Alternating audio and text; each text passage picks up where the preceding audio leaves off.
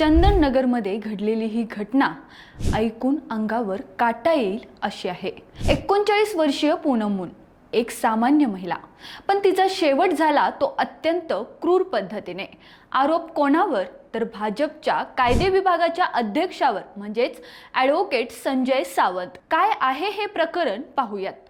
पोलिसांच्या माहितीनुसार पूनम मून आणि संजय सावंत यांच्यात प्रेम संबंध असल्याचा संशय सावंत यांच्या कुटुंबाला होता आणि हाच संशय ठरला शेवटचा जीवघेणा। संजय सावंत, त्यांची पत्नी स्वाती आणि स्वतःची मुलगी तिघांनी मिळून रचला हत्येचा कट। चंदननगरमधील ऑफिसमध्ये पूनम यांना बोलावण्यात आलं आणि तिथे त्यांचे पाय दोरीने बांधून बॅट आणि धारदार शस्त्रांनी निर्गुण हल्ला केला।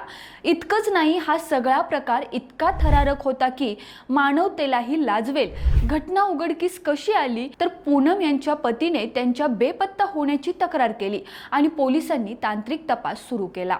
अवघ्या 6 तासात पोलिसांनी तिघांनाही बेड्या ठोकल्या। आता प्रश्न उभा राहतो, प्रेम, संशय आणि अहंकार यासाठी जीव घेण्याचा अधिकार कुणाला दिला?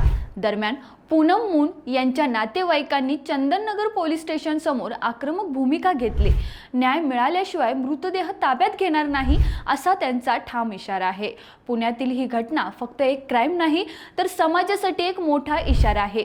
रिलेशनशिपमधील संशय किती भयंकर रूप घेऊ शकतो याचं हे जिवंत उदाहरण आहे। रोकठोक महाराष्ट्राला सबस्क्राईब करा आणि बेल आयकॉनवर क्लिक करायला विसरू नका।